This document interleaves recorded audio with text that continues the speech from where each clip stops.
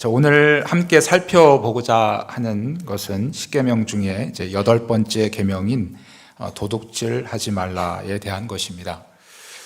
제 8계명은 이 노동이라고 하는 이 거룩한 직업 소명을 가르치고 있습니다. 중세 시대는 이원론 사상이 너무 심해서 교회 생활은 거룩하게 여겼지만 세상에서 살고 있는 일상의 직업이라든지 노동은 죄악시했던 것이 사실입니다. 그러나 칼빈을 비롯한 종교 개혁자들은 이 책 8계명에서 중심으로 가르치고 있는 이 노동이라고 하는 것에 대해서 바로 하나님의 창조의 질서를 유지하고 그리고 세워가는 거룩한 수단으로 재정립해서 가르쳐 주고 있습니다. 그러므로 우리가 하나님께서 우리에게 허락하신 이 시간들 열심히 특별히 일하면서 가정과 또 국가와 교회를 섬기고 또 세워가는 이 노동은 바로 하나님의 창조 질서를 이루어가는 거룩한 직업 소명이다라는 이 말씀의 뜻을 우리가 기억하고 이 8계명을 우리가 늘 기억해야 하겠습니다. 여러분 창세기 3장에 보시게 되면 이제 아담과 하와가 하나님의 명령에 불순종해서 선악과를 따 먹은 후에 하나님께서 먼저 뱀에게 말씀하시고 그 다음에 하와에게 말씀하셨죠. 창세기 3장 16절을 보면 다음과 같습니다. 여러분 어차피 창세기 2장을 펴고 계시니까 창세기 3장 16절 말씀을 함께 찾아서 읽도록 하겠습니다. 창세기 3장 16절 말씀입니다. 함께 읽겠습니다. 또 여자에게 이르시되 내가 네게 임신하는 고통을 크게 더하리니 내가 수고하고 자식을 낳을 것이며 거기까지 읽겠습니다. 네, 거기까지 읽겠습니다. 자녀를 출산하는 것, 이것은 여러분 징벌도 아니고 저주도 아닙니다. 하나님께서 인간에게 주신 복이죠.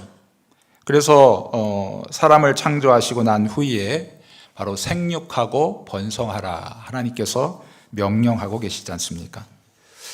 그러나 인간이 하나님께 범죄한 이후 하와에게 주신 징벌이라고 하는 것은 바로 오늘 우리가 읽었던 16절 말씀해 보시게 되면 임신하는 고통을 크게 더했다라는 것입니다.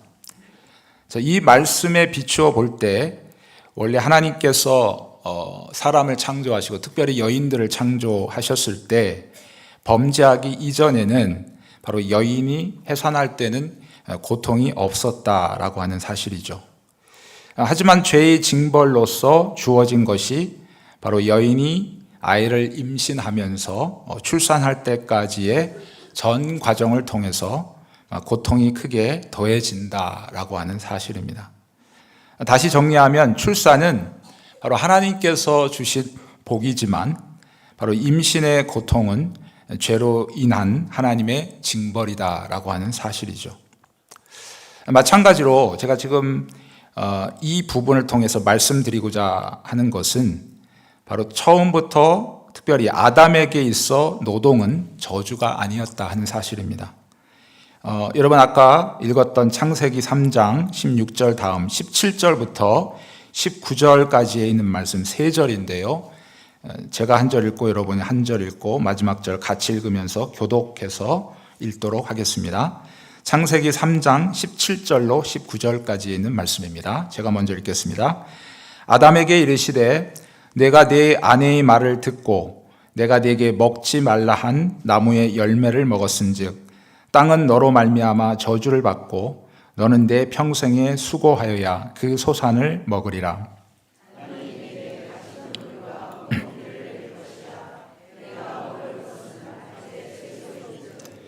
내가 같이 읽겠습니다. 내가 흙으로 돌아갈 때까지 얼굴에 땀을 흘려야 먹을 것을 먹으리니 내가 그것에서 취함을 입었음이라. 너는 흙이니 흙으로 돌아갈 것이니라 하시니라. 아멘. 자, 우리가 함께 읽었던 이 말씀 중에서 특별히 주목해서 보아야 될 말씀이 있습니다.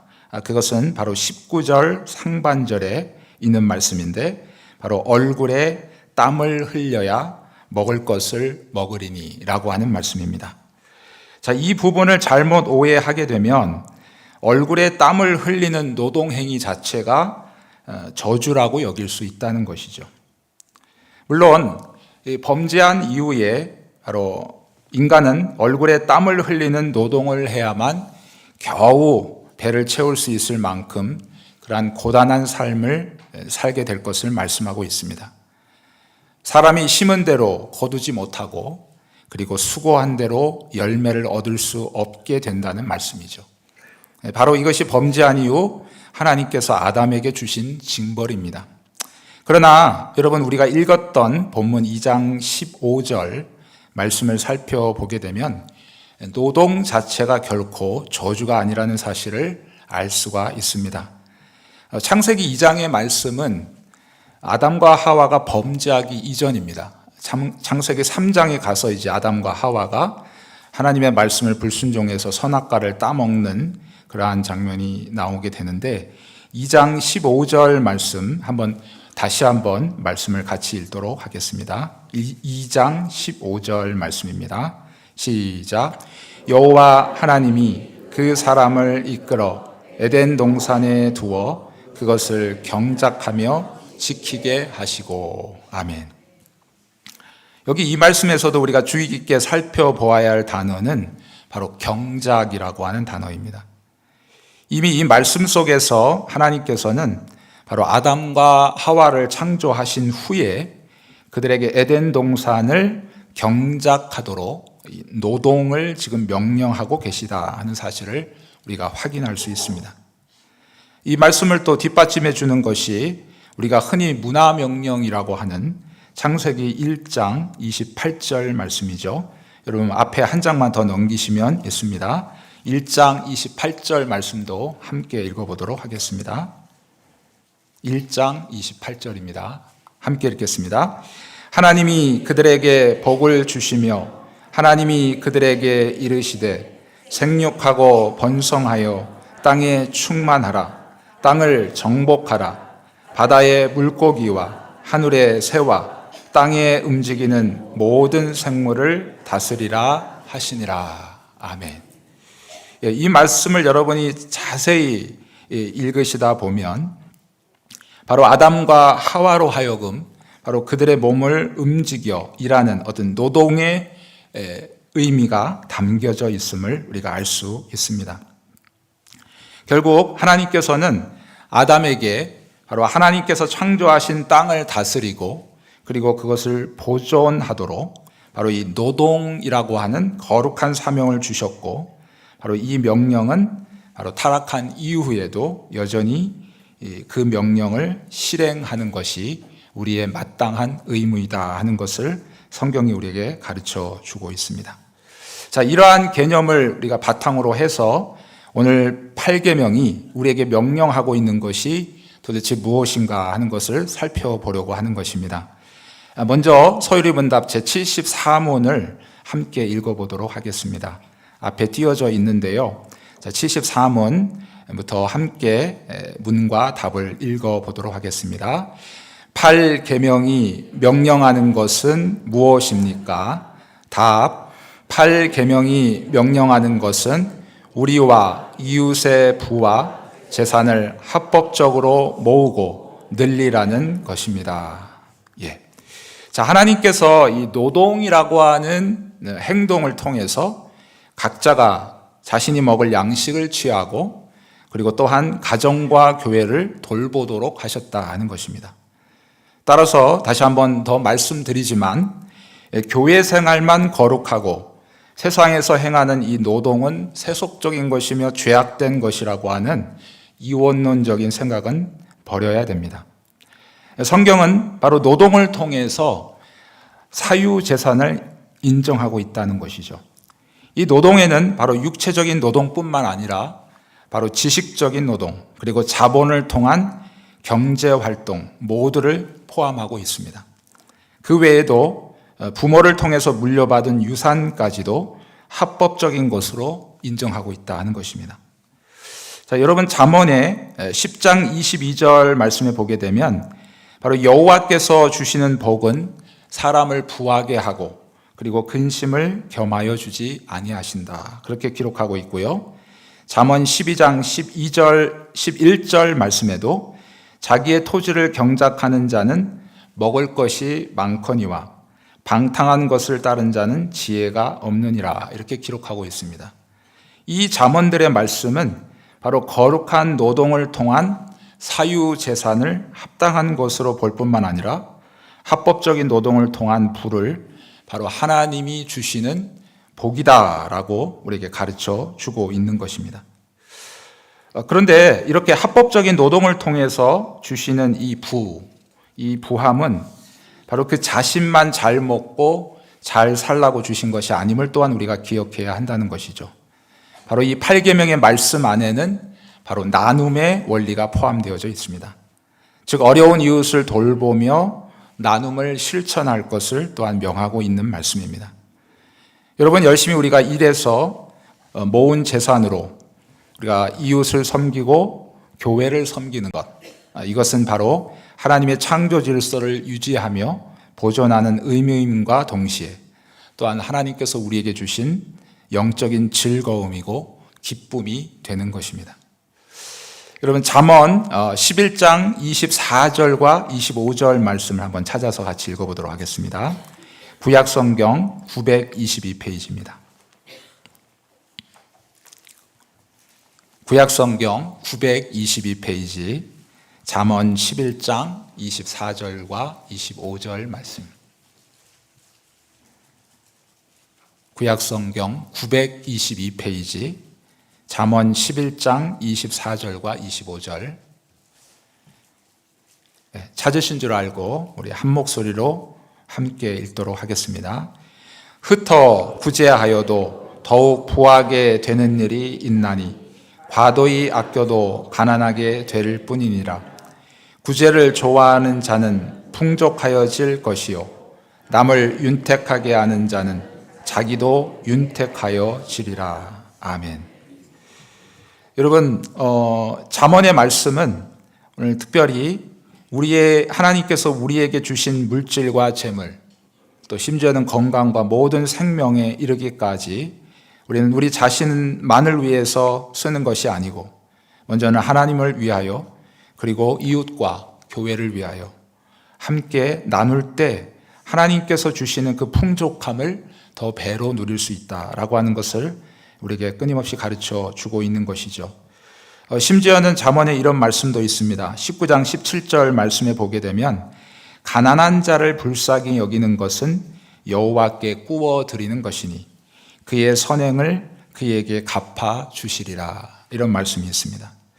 여러분, 제가 읽어드렸던 이 19장 17절 말씀을 자세히 한번 살펴보시면 가난한 자를 보고 불쌍히 여기는 마음이 있을 수는 있습니다. 그러나 끝부분에 그 말씀 끝부분을 보게 되면 그의 선행이라고 기록한 것으로 봐서 바로 이 불쌍한 마음을 가지고 그에게 나누며 구제함으로 실천했을 때 하나님께서 어떠한 복을 주시는가 하는 것을 지금 우리에게 가르쳐 주고 있는 것이죠. 어떠한 복을 우리가 누리게 되는 것입니까? 바로 나이가 나누어졌던 그 선행과 그리고 그 구제로 인하여서 그것이 곧 하나님께 꾸어드리는 것이다. 하나님이 빚지신 것이에요. 하나님께서 빚을 지셨으니까 하나님께서 반드시 우리에게 복으로 갚아 주시지 않겠습니까? 바로 잠언의 말씀이 우리에게 이렇게 가르쳐 주고 있다 하는 것입니다. 그래서 이 8계명이 우리에게 지금 가르쳐 주고 있는 것은 바로 내 자신과 그리고 우리 이웃과 그리고 우리가 속해 있는 모든 사람들이 함께 특별히 이 부와 재산을 합법적인 노동을 통해서 늘려가고 또 그것을 함께 나누면서 풍성한 하나님께서 주시는 복을 누리게 될 것을 바로 8계명이 우리에게 명령하고 있다 하는 것입니다. 자, 그렇다면 8계명의 말씀이 금하고 있는 것은 무엇일까요? 서유리문답 제75문을 함께 읽어보도록 하겠습니다. 자, 75문. 자, 8계명이 금지하는 것. 시작. 8계명이 금지하는 것은 무엇입니까? 답. 8계명이 금지하는 것은 우리와 이웃의 부와 재산을 악하게 빼앗거나 또는 빼앗으려는 일들입니다. 여러분, 에베소서 4장 28절에 있는 말씀을 한번 같이 찾아서 읽어보도록 하겠습니다. 신약성경 314페이지입니다. 신약성경 314페이지, 에베소서 4장 28절 말씀입니다. 신약성경 314페이지, 에베소서 4장 28절. 자, 찾으신 줄 알고 함께 읽겠습니다. 도둑질 하는 자는 다시 도둑질 하지 말고 돌이켜 가난한 자에게 구제할 수 있도록 자기 손으로 수고하여 선한 일을 하라. 아멘. 자, 이 말씀에서도 우리가 꼭 기억해야 할 단어가 있죠. 그것은 바로 자기 손으로 수고하라는 말씀이죠. 자, 아무리 남보기에 어마어마한 기부를 하고 좋은 일을 많이 한다 할지라도 자기 손으로 수고하지 않은 것은 바로 하나님께서 죄로 여기시겠다 하는 것이죠. 자기의 손으로 수고하지 않고 불법적인 노동을 통해서 바로 다른 사람을 속이거나 또는 빼앗는 행위를 바로 하나님께서 금하고 계시는 것입니다. 자, 우리가 경제 활동을 통해서 돈을 벌기 위해서는 항상 이 다른 사람과의 관계를 할 수밖에 없습니다. 그래서 이웃의 재산이나 권리를 지나치게 침해하고 그래서 자신의 부를 축적하지 않도록 항상 성도들은 유의해야 된다 하는 것입니다. 다른 사람의 재산을 강제적으로 빼앗는 것은 물론이고 잠언 20장에서 말씀하는 것처럼 속이는 저울을 예로 든 것이죠. 그래서 속임수를 사용해서 간접적인 형태로 이웃의 재산을 빼앗는 모든 행위들을 금하고 있다 하는 것을 성경이 우리에게 가르쳐주고 있습니다. 특별히 이제 한 두 가지 정도 우리 예를 들어서 한번 설명을 드려보면 이 다단계 같은 것, 자, 이것은 극소수의 사람들만이 이익을 보고 많은 이들의 재산을 갈취해 가는 것이기 때문에 바로 이것은 하나님 앞에서 금하시는 큰 죄악이다 하는 것입니다. 그래서 이런 것에 관심을 갖거나 또 이런 죄에 가담하지 말아야 될 것이며 또 주변에 그런 분이 있으시다면 가담하지 않도록 우리가 권면해야 할 것입니다. 또 이 복권도 마찬가지죠. 혹시 이 자리에 복권 관련해서 관련된 분이 계시다면 대단히 죄송한 말씀이지만, 자, 그리스도인들은 복권을 하면 안 되죠. 자, 왜 그렇습니까? 첫 번째 이유는 극소수의 사람들만이 이익을 보는 형태이기 때문에 그렇습니다. 그래서 복권에 당첨된 사람은 바로 당첨되지 않은 사람의 재산을 불이하게 가져온 것이기 때문에 그렇습니다. 또한 그리스도인들이 복권을 하지 말아야 할 이유는 바로 하나님의 명령을 불순종하는 것이기 때문에 그렇습니다. 어떤 명령이죠? 바로 인간이 타락한 이후에 특별히 아담에게 아까 읽었던 말씀처럼 주신 명령, 이마에 땀이 흘러야 겨우 입에 먹을 것을 먹을 수 있게 된다 하는 것입니다. 여러분, 우리 삶 속에서 어떻게 보면 심은 대로, 예를 들어서 콩을 10개 심었다면 10개 거두는 것이 매우 상식적이라고 생각하시죠. 그게 당연한 것이죠. 이론적으로 보면 그렇습니다. 그런데 성경에 보게 되면 인간의 범죄로 말미암아 땅도 저주를 받아서 결국 가시와 엉겅퀴를 냈기 때문에 우리가 10개의 씨앗을 심었다고 해서 결코 10개를 거둘 수 없습니다. 그 중에서 2개, 3개 거두면 많이 거둔 것입니다. 이것은 바로 하나님께서 인간의 범죄로 인해서, 자, 특별히 아담에게, 아담 너는 어떻게 앞으로 살아가야 될 것인가? 바로 이마에 땀을 흘려서 열심히 죽을 똥 살 똥 하루 종일 열심히 노동을 해서 그 대가로 얻어진 것이 겨우 줄임배를 채울 수 있는 정도. 이 정도죠. 하나님께서는 바로 범죄한 인간에게 이렇게 살아가도록 명령하셨습니다. 그런데 여러분, 악한 인간들은 이마에 땀을 흘리지 않고 무엇인가 열매를 많이 얻으려고 하죠. 자기가 노력하지 않고 이마에 땀을 흘리지 않고 많이 얻게 된 것을 세상 사람들은 횡재 맞았다고 얘기합니다. 그러나 하나님 앞에서는 이것은 엄청난 죄악이다. 왜? 하나님께서 이렇게 살라고 하셨는데 그 말씀을 불순종하기 때문에 그렇습니다. 하나님께서 그러므로 이와 같이 우리가 불의한 방법으로 다른 사람의 재산을 빼앗는 행위를 멈춰야 되겠죠. 자, 하나님께서 아담에게 명령하신 것처럼 우리는 여전히 이마에 땀이 흘러야 그 열매를 겨우 얻을 수 있습니다. 여러분, 비록 하나님의 자녀가 되었어도 주님이 다시 오시기 전까지는 이러한 엄중한 하나님의 말씀이 우리에게 여전히 적용되어진다는 사실을 기억해야 합니다. 우리는 여러분 하나님의 자녀로서 병낫기를 기도하죠. 우리가 예수를 믿고 하나님의 자녀가 되었지만 여전히 우리의 몸은 병들어 갑니다. 여전히 우리의 몸은 늙어가고 그리고 때로는 죽음의 터널을 통과해야 되는 것이죠. 이것이 주님 오시기 전까지 타락한 인간에게 주어진 그러한 모습입니다. 그러나 우리는 하나님의 자녀이기 때문에 하나님 앞에 이렇게 기도할 수 있습니다. 비록 죄로 인해서 우리의 육체가 병들고 그리고 때로는 죽음의 터널을 통과해야 되지만 하나님께 믿음으로 병낫기를 간구할 수 있죠. 얼마든지 하나님께 우리의 생명이 연장되어질 수 있도록 하나님의 자녀로서 하나님을 믿음으로 우리가 하나님 앞에 기도할 수 있다는 것입니다. 때로는 하나님께서는 그 기도를 응답하시고 병을 불치병 가운데서 우리를 치료하시고 그리고 때로는 죽어야 될 사람인데도 그 사람의 생명을 연장시켜 주시기도 하십니다. 이와 마찬가지로 여러분 우리가 주님 오시는 그날까지 하나님께서 명령하신 그 명령, 다시 말하면 사람이 이마에 땀을 흘려야 겨우 먹을 것이다.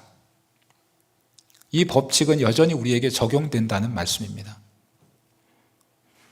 여러분, 그러나 우리는 하나님의 자녀이기 때문에 하나님 앞에 그렇게 기도할 수 있는 것이죠. 하나님, 우리가 수고한 대로 열매를 거두게 하옵소서.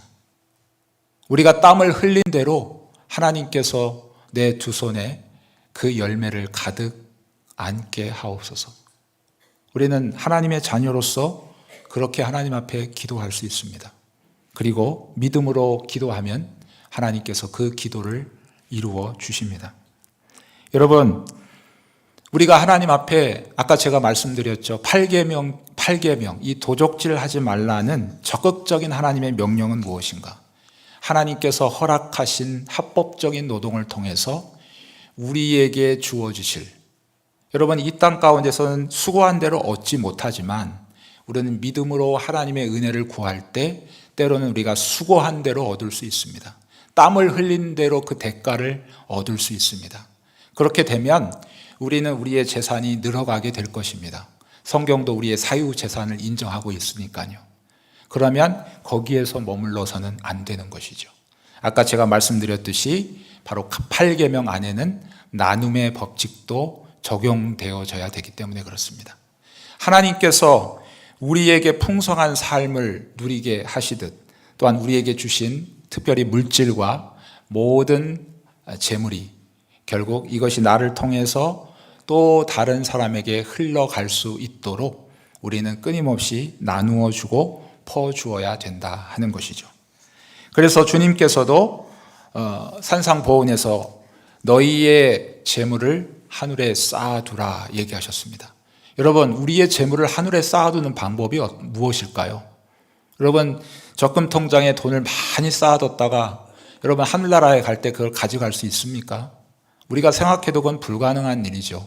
그러면 도대체 예수님께서 천국에 보물을 쌓아두라는 말씀은 도대체 무엇인가? 예. 여러분, 그것은 말씀을 묵상하면 알 수 있습니다. 그것은 바로 하나님 나라와 복음을 위하여 물질을 내어놓을 때, 물질을 사용할 때 하나님께서 바로 그 물질을 귀히 사용하셔서 영혼 구원하시고 또한 하나님의 나라를 확장시키는데 아름답게 사용하신다. 바로 그 사용된 물질은 바로 하늘나라의 보물로 쌓여지게 될 것입니다. 여러분, 우리가 교회를 위해서, 복음을 위해서 물질을 내어줄 뿐만 아니라 옆에 있는 사람들을 돌아보며 우리의 도움이 필요한 자들도 있습니다. 여러분, 그 도움이 필요한 자가 우리 교회 안에 있는 사람일 수도 있고 또는 우리 교회 밖에 있는 믿지 않는 불신자일 수도 있습니다. 어찌하든지 하나님께서 저와 여러분에게 땀 흘려서 흘린 만큼 수고한 만큼 열매를 거두게 하신 것은 바로 나 혼자만 잘 먹고 잘 사는 것이 아니라 바로 하나님 나라와 그 의를 위하여 그 물질을 기꺼이 내어놓을 때, 그리고 나의 도움과 그리고 나의 섬김이 필요한 자들을 돌아보며 그들에게 그들의 필요를 채워줄 때 하나님께서는 어린아이에게 냉수 하나라도 준 것을 잊지 아니하시고 상 주시겠다고 하신 하나님께서 바로 여러분에게 그 보물은 하늘에 쌓여지게 될 것이고 주님 오시는 그날에 여러분의 행동과 그 섬김이 하나님 앞에 기억하신 바가 되어 칭찬과 큰 상을 얻게 될 것입니다.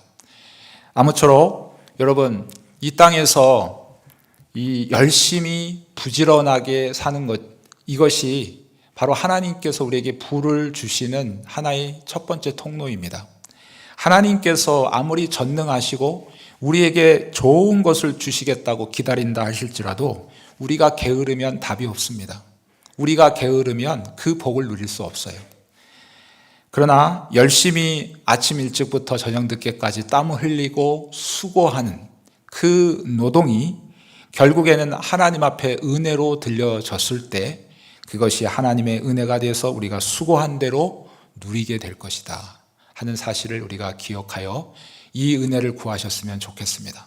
여러분, 그냥 가난한 자, 맨날 남에게 꾸어 받는 사람으로가 아니라 내 자신이 하나님께 먼저 복을 받고 그리고 나에게 주신 이 풍성한 복이 내 옆에 있는 성도에게 또 내 옆에 있는 이웃에게 그리고 교회와 복음을 위하여 흘러 넘쳐가도록, 그렇게 나의 인생이 풍성하게 되어지도록 이 말씀을 기억하며 또한 하나님께 은혜를 간구하시는, 그래서 이 8계명의 말씀을 순종하심으로 이 말씀을 순종하는 자들에게 주시는 복을 다 누리시는 저와 여러분 다 되시기를 주님의 이름으로 축복합니다.